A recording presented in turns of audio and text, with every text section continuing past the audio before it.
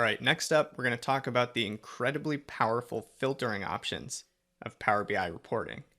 Now, within the filters view of the report pane, you'll see four primary filter types. First, you have visual level filters. Now, these are the most narrow of scope.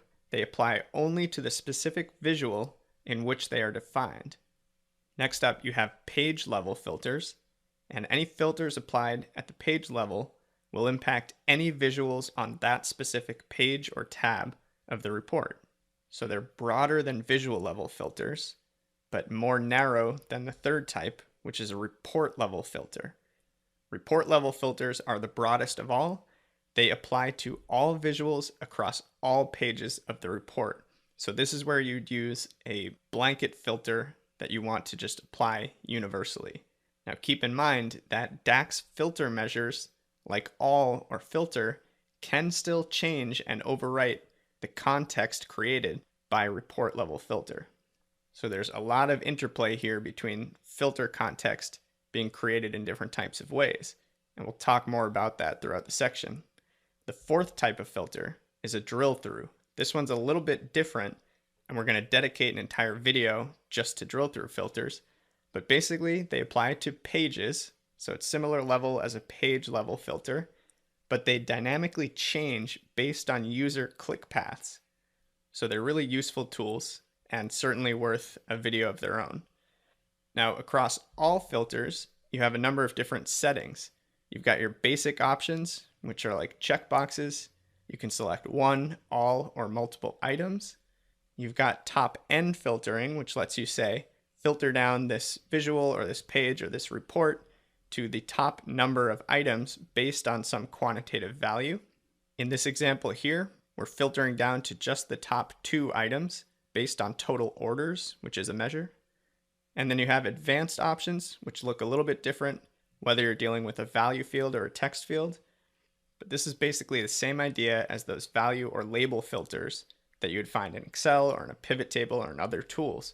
So if you're dealing with values, you've got logicals like less than, greater than or equal to, etc. And for text, you have contains, does not contain, starts with, is not, is blank, etc. So let's jump back to our report and see exactly how these things work. All right, so check this out. What I want to do is add another bar chart to help demonstrate how these filters work. But instead of creating a new one from scratch and then having to recreate my formatting, I can select my existing one, press Control C to copy, and then Control V to paste another version of it right here on the canvas. And now for this one, instead of showing subcategory, I want to display this chart by category, so a little higher level. Now I can just go ahead and find the product category lookup, and instead of removing subcategory, I'm just going to take category name and drag it in above subcategory. And what it does is it shows me the highest level data, which is category, but now allows me to drill down with this button in the top left, the double down arrow, to take me down to the next level. And this works just like the matrix view worked as we were QAing and spot checking our measures, but now we're able to do this same thing with a visual representation. So I do want to make a couple tweaks to this category level view. For one, I'm going to remove the color saturation here so that it's one solid color. Then I'm going to go into the formatting, and I do need to change the title since it still says orders by subcategory. So I'm going to just change that to orders by category. And there we go. Now, as far as filtering in a report is concerned, the simplest way to filter has nothing to do with the filter pane. I don't have to drag any fields or do anything except click into my charts. And you see what's going on here? As I click into my category chart, my subcategory chart updates as well. And that's not just because I copied and pasted a second version of this chart. Even if I created a brand new one from scratch, that interaction would still take place by default. So what's happening here in technical terms is that my selection, like when I select the bikes category, for instance, is creating filter context that's impacting everything on this report page, in this case, including my subcategory chart.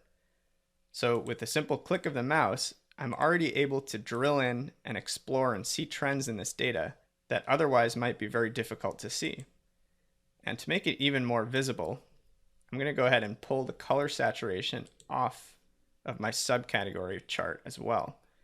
And now you can see very clearly which subcategories fall into certain categories. So bikes, clothing, and accessories. Now to show you how the actual filter pane works, I'm going to copy this category level chart that we created, and let's go ahead and add a page and paste it right here on this page. Now returning to our exec summary, I'm going to select the category chart and scroll down to my filters pane right here. And you can see by default, it's pulled in all of the fields and dimensions that are currently part of my chart. And you can go ahead and drill in and see your filtering options right there for each. And by default, these are placed in the visual level filters window of that filters pane. So for instance, I could say, I only want this chart or this visual to show bikes, or only bikes and clothing. And you see how those changes are only being impacted in this chart. They're only reflected here.